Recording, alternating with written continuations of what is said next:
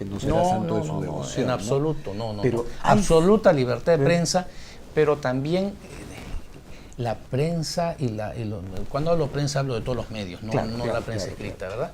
Tienen que entender que tienen una influencia vital. Claro. Y que en consecuencia tienen una responsabilidad también brutal. La misma que tienen los políticos y los mineros. Pues, ¿no? O sea, no solamente son formadores de opinión, sino muchas veces de conciencia nacional en muchos aspectos y muchos temas. A veces llenamos el vacío que dejan los políticos. Así es. Entonces,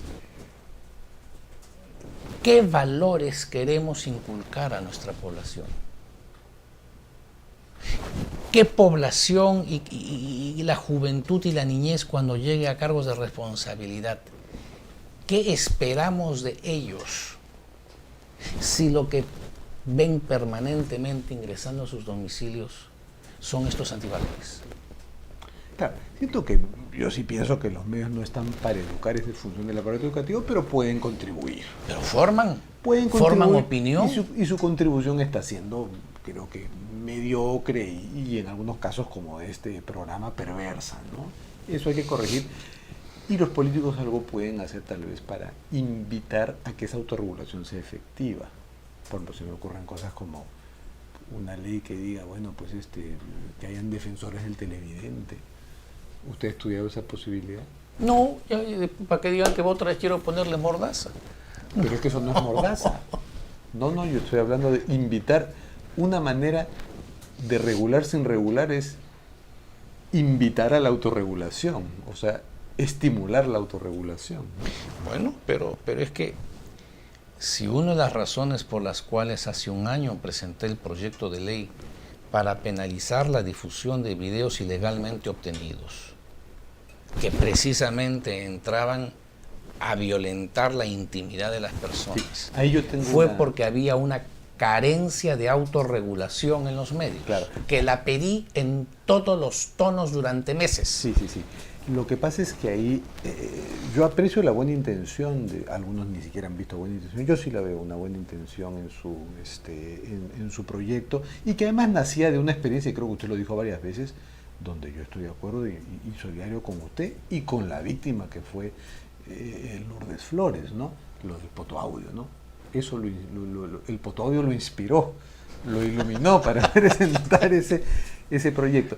Lo que pasa es que, si bien yo sí creo pertinente penalizar a quien difunde un audio ilícito, el problema era que el interés público había que precisarlo mejor.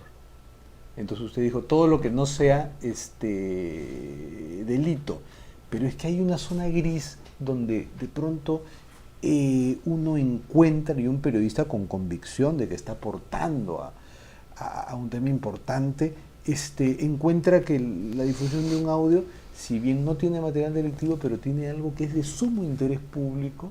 Es que ese es un criterio muy lato, y para un periodista todo es de interés. Claro, y legítimamente puede considerar. Pero al revés, para el juez, de pronto podría, acá no hay un delito probado y manifiesto, y suácate, usted es un delincuente porque difundió este audio que pronto revelaba algo muy conveniente que se conozca para la nación, ¿no? Pero es que tenemos que, bueno, pues es que sí. Por eso mi proyecto establecía que esta sanción que contemplaba la penalización de la difusión de audios indebidamente obtenidos o grabados, si estos audios versaban sobre delitos, tenían como contenido delitos, entonces no había pena alguna. O sea, en otras palabras, para que la audiencia lo entienda perfectamente, si lo que estuviéramos es en este momento, comenzando a 10 o 15 o 20 años atrás, a escuchar los Vladivideos, en donde se veía o se escuchaba actos de corrupción, allí no habría delito al difundir ese tipo de programas. Pero si lo que estamos viendo en un audio o en un video que se transmite son parte de la vida privada de una persona, de los pensamientos que los íntimos, periodistas consideran que como se trata de una persona pública, porque es político, porque es futbolista, porque es artista, porque es un personaje público, no tiene derecho a la intimidad, no tiene derecho a la vida privada y en consecuencia sus actos más íntimos son susceptibles de ser escuchados, grabados y difundidos? No pues, Sí, no, eso no puede ser. No, por ejemplo, en el caso del Potoaudio, y lo escribí en ese momento, antes de que se decidieran las elecciones, yo estuve de acuerdo en que no debió ser transmitido, ¿no? Ahora, había uno que era discutible, ¿no? El Potoaudio en el que Lourdes Flores dice, es una cosa que le sale en ese momento de la situación al diablo con la alcaldía. Bueno, es un pensamiento, todos nosotros en algún momento por furia mandamos al diablo lo que más queremos, ¿no? Pues eso no debió salir. Pero había otro donde con Javier Barrón hablaban de mover cifras, que era, supongo, la fanforronería que todos conocemos, usted más que yo, de Javier Barrón, pero que implicaba una cosa desagradable, la posibilidad de mover cifras. Yo creo que ese sí calificaba. ¿Pero acaso Lourdes dio su anuencia, su aceptación a una insinuación de esa naturaleza? No, es que eso no comprometía a Lourdes, comprometía a Javier Barrón, Barrón Bocón. ¿Acaso se concretó algún tipo de acercamiento a los periodistas o a los medios que estaban manejando las encuestas para que las alteraran en beneficio de Lourdes? No, porque yo confío en la seriedad de la empresa Apoyo. Además, entonces, bueno, entramos pues en un campo especulativo. Claro, pero eso es algo discutible con ese audio. Ese audio puede ser discutible. Pero el otro, que fue más determinante en todo caso, y que puede haberle costado algunos puntos a Lourdes, y que de pronto cambió la historia de nuestra ciudad. ¿Qué es lo que se explotó? De pronto cambió la historia de nuestra ciudad, ¿no? Y tenemos a otra alcaldesa. Bueno, en todo caso, no fue responsabilidad de la actual alcaldesa lo que pasó. ¿O usted cree que no? Sí? No. Y yo espero... Bueno, no sé quién le entregó al señor Bailey el audio, ¿no? Pero no, yo no creo que Susana Villarán haya estado metida en esto. ¿Y espera que concluya bien su mandato sin el fantasma de la revocatoria? No, yo creo que eso de la revocatoria ya un poco se desinfló. Y sin que los regidores del PPC estén votando así contra ella. Hace poco hubo una situación desagradable. ¿Usted estuvo de acuerdo con sus correligionarios que allí? No sé exactamente. Un tema deleznable, no sé exactamente la venta en qué de tema. un inmueble que generó que un desconocido que ni fue a la sesión del Consejo Metropolitano donde se discutió, planteó pues una vacancia, ¿no?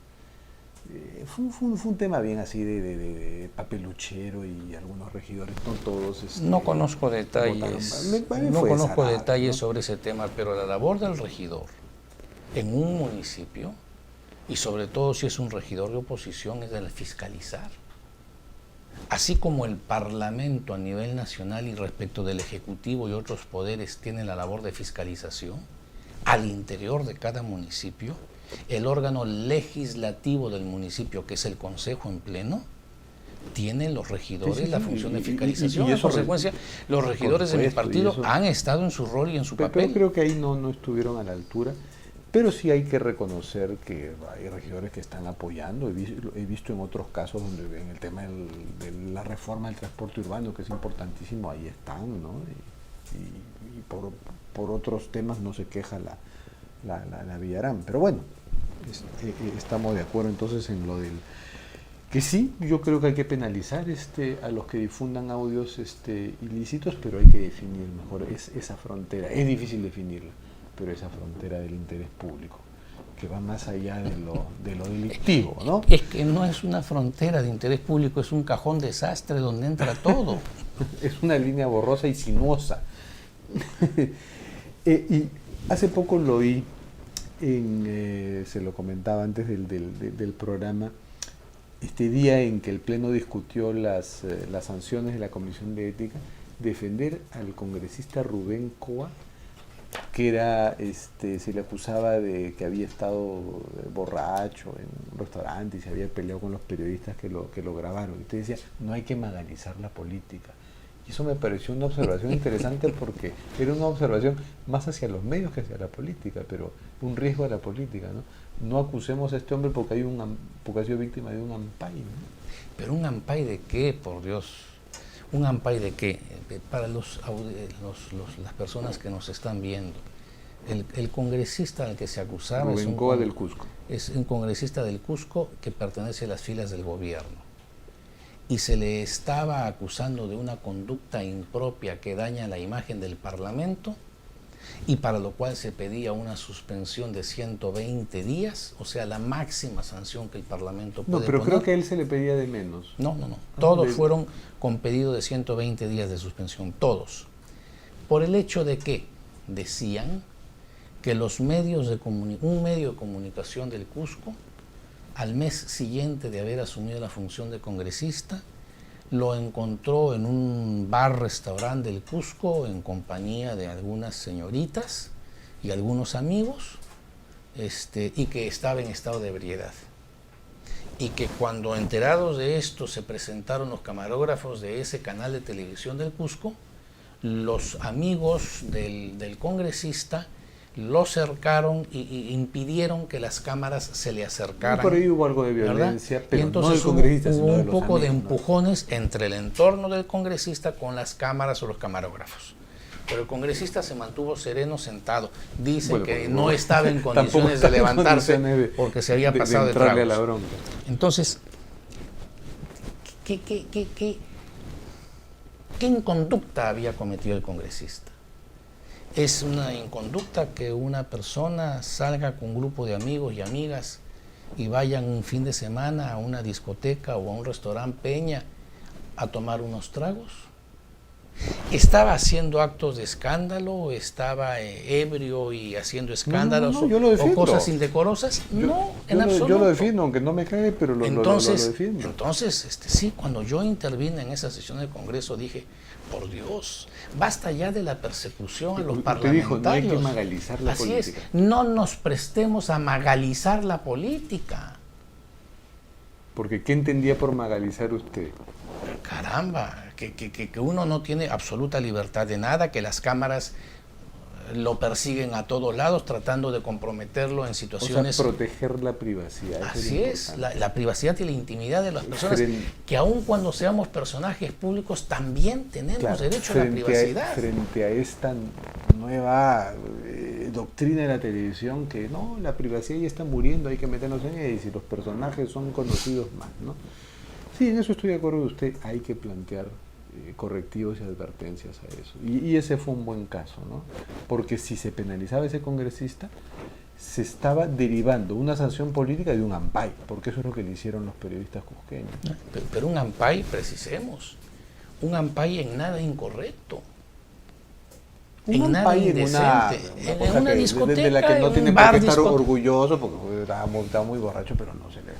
Pero no se le ve, ni siquiera se le ve a él que está mareado. A él la cámara no lo llega a filmar. Con tremendos amarros que tenemos, que pronto sobrios han cometido tremendas faltas, a ellos hay que poner en la mira, no a este congresista, ¿no? Entonces, pero se salvó. Se salvó y yo contribuí a que se salvara porque en mi opinión no había... aliado. No, pues no es mi aliado, pero es que ¿Salvó usted un oficialista? Sí, señor. Porque yo creo que en esos momentos en que el Parlamento en su plenitud, o sea, el Pleno del Parlamento, tiene que administrar justicia juzgando a sus pares, tenemos que ser muy cautos y muy objetivos. Y no porque se trate del adversario político ver cómo hago escarnio de su persona y lo mando al hoyo y lo sanciono como dé lugar. Y contraviniendo la sustentación que el presidente de la Comisión de Ética, que es de mi bancada, había hecho pidiendo la sanción, yo salí en defensa del acusado. ¿Usted se opuso a Humberto Slay, que es de su bancada? Sí, señor.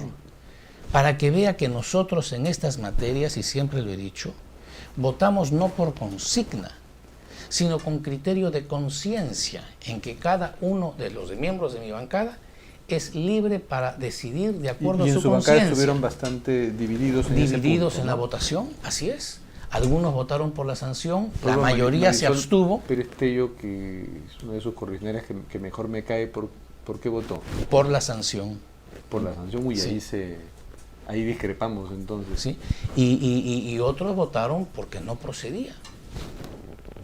¿no? En un tema interesante por donde se mezcla la moral, pero también el respeto de la privacidad. Y prevaleció. Y una advertencia que ciertas prácticas de los medios de invadir la privacidad no se lleven al Congreso y no se deriven sanciones políticas. Sí, pero no solamente esas malas prácticas, sino también las otras. Porque al día siguiente, por supuesto, los principales periódicos condenaban a todos los congresistas porque no permitimos que a determinadas personas, como el caso que estoy describiendo, fueran sancionados. Entonces, claro, los otorongos no comen otorongo. No, pues, hay que administrar justicia con independencia de la opinión que el día de mañana puedan tener. ¿Usted votó a favor de las otras condenas, de las otras sanciones? Sí, creo que sí.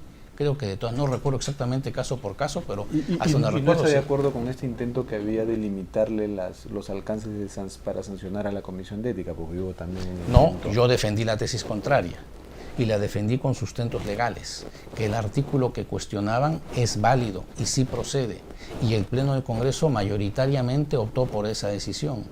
En lo que sí he discrepado, por ejemplo, de la Comisión de Ética es en todos los casos, que no creo que eran de igual envergadura, a todos pedirles la máxima sanción, que es de 120 días de suspensión.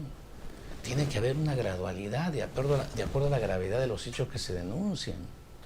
No es lo mismo, por ejemplo, un congresista que estaba siendo juzgado porque fue acusado que había metido de contrabando una camioneta de Bolivia, que era una camioneta robada en Bolivia, ingresada de contrabando al Perú, razón por la cual le siguieron en su departamento, en Puno, un proceso judicial.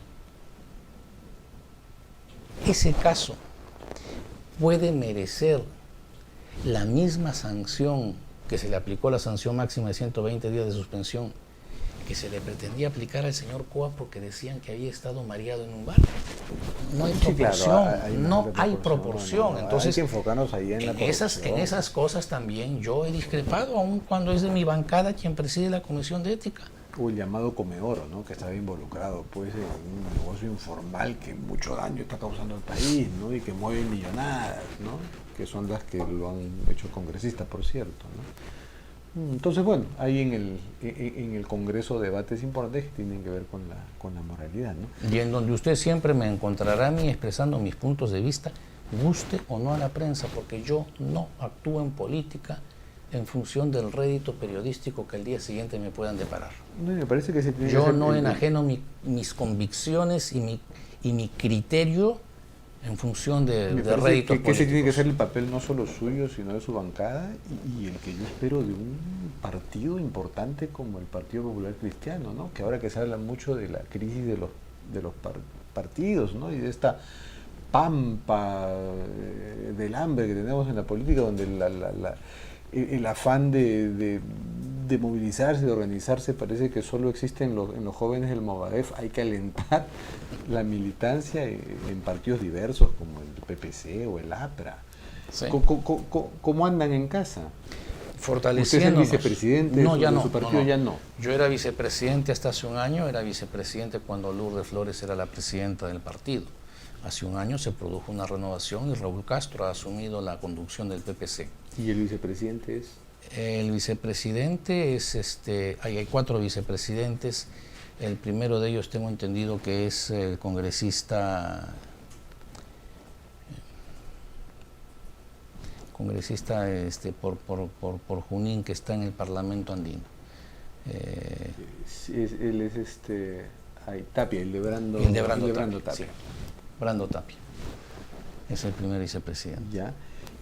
¿Y no siente que el PPC tiene demandas para renovarse? Se está hablando mucho de la derecha nacional, o tal vez a usted no le guste el término de derecha, sino o reclama el nombre de centro. ¿Qué reclama usted como etiqueta? De pronto no le gustan las etiquetas, pero si hay que ponérsela, centro derecha. Me es irrelevante. ¿No le preocupa? Mire, yo creo que lo que tiene como virtud el PPC es que es un partido que responde a principios permanentes que reposan en la doctrina social cristiana de la Iglesia y que en cada proceso electoral que ha presentado candidaturas ha presentado un plan de gobierno que, recogiendo esos principios, los plasma a una realidad concreta y a un momento determinado que es el proceso electoral. Y este depender de la doctrina social de la Iglesia tal vez no los ata a una agenda conservadora que no está recibiendo de buen modo estas demandas liberales en temas polémicos como la despenalización del aborto, la unión gay. Esos son temas que ustedes discuten mucho. Así es. ¿Los libran a la conciencia de los militantes? No, ahí no hay libertad de conciencia, porque todos esos casos que usted está mencionando van directamente en contra de nuestro pensamiento. Sí, señor. Porque nosotros, aborto, porque nosotros, así es. ¿En unión gay también? También, porque no consideramos ahí que es una unión. ¿no? Bueno, yo respeto opiniones distintas, pero es nuestro pensamiento y en esa línea vamos a estar. Pero ustedes ahí están muy de pontificio Partido Popular Cristiano. No, de pontificio no. Hay una porque no somos un partido confesional, o sea, no dependemos de la Iglesia no. O sea, la Iglesia, en lo que es su magisterio, tiene sus sacerdotes, tiene su estructura y hace su labor. Claro, nosotros recogemos de la Iglesia el pensamiento social plasmado fundamentalmente en la doctrina. En la doctrina contenida en las... Lo que no implica comulgar con la institucionalidad de la Iglesia local. Así es. O sea, Cipriani no es un pepecista honorario. No, señor. Nunca lo ha sido ninguna persona. Y por ejemplo, del clero, frente al gran conflicto de la Universidad Católica, ustedes tienen una posición. No hemos tomado posición, no tenemos por qué tomarla. No tenemos por qué tomarla. ¿Usted personalmente tiene una posición? No me atrevería a darla, no he estudiado el tema, no me he adentrado ni profundizado en el testamento del señor Ribagüero, no puedo, no me parecería serio dar una opinión simplemente tomando bandería por las notas periodísticas.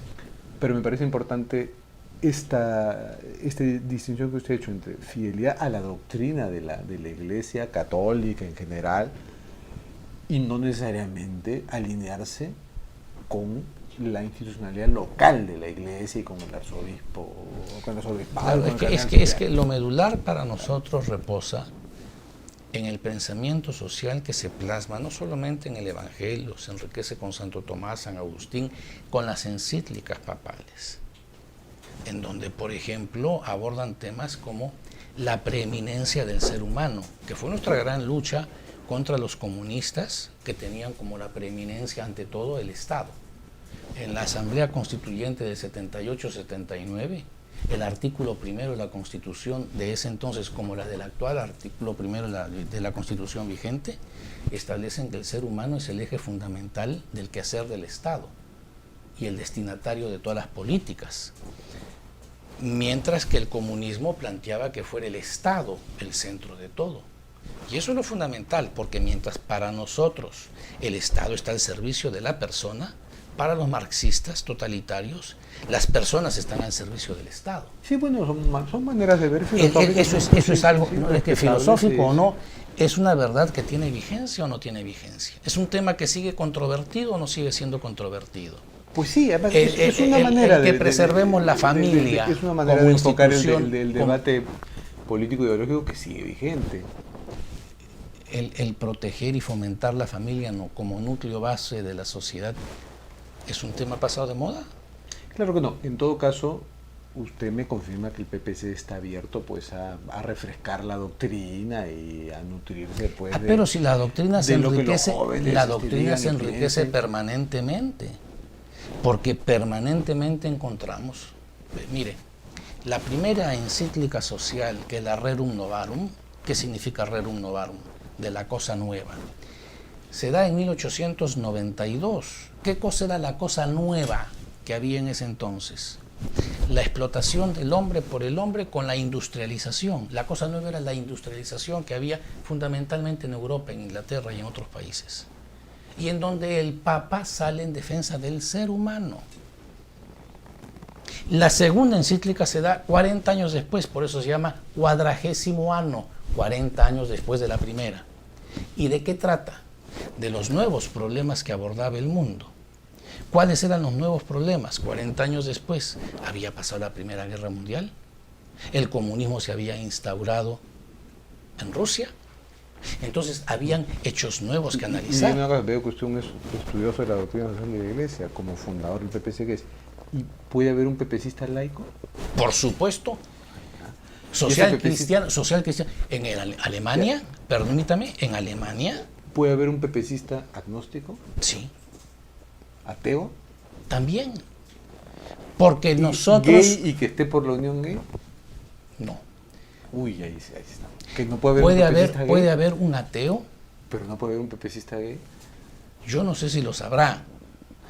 Si los hay, no han salido del closet. No los conozco en su plenitud. Y que se mantengan donde está. Porque para Pero nosotros, pueden tener un voto de conciencia en ciertos temas. así es, pueden coincidir con nosotros en las políticas que corresponden implementarse en el país. Pero entre las cosas que nosotros conceptuamos como fundamentales, que la alianza o la unión natural es entre un varón y una mujer. Bueno, en eso sí vamos a discrepar. Y luego esa discrepancia, y para reconciliarme con usted en el tema de la preocupación por los medios, con su imaginación y su conocimiento de leyes, usted por ahí podría presentar algunos proyectos que inviten a los medios a autorregularse mejor, respetando la libertad de expresión, que también está recogida en la doctrina social de la Iglesia, ¿no? Déjenme la tarea. Voy a pensarlo. Un revivir mis amores con la prensa. Bueno, muchísimas gracias, congresista Javier Bedoya. Ha sido un gusto tenerlo acá. Las gracias a ustedes, encantado de asistir a este programa. Y hacemos una pausa para el último bloque.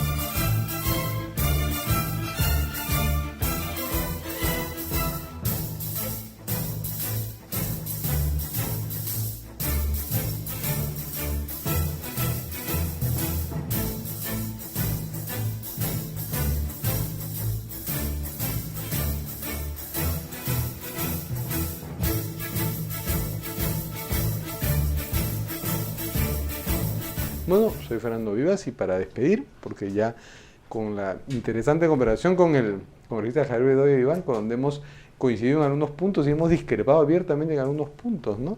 Por suerte no estaba Gio Infante de Conducta Impropia cuando el congresista dijo que está absolutamente opuesto a la unión gay y que si hay gays en el PPC que se mantengan en el closet, ¿no? Fue muy honesto al decirlo, pero hemos coincidido en otros puntos y en algo que le reconozco la valentía del congresista que es capaz de pelearse con los medios. Hay políticos que se aterran de hablar de los medios. Sin embargo, hemos conversado con él distendidamente sobre sus apreciaciones críticas sobre la crisis en que está en la televisión a raíz del asesinato de Ruth Thalía, ¿no?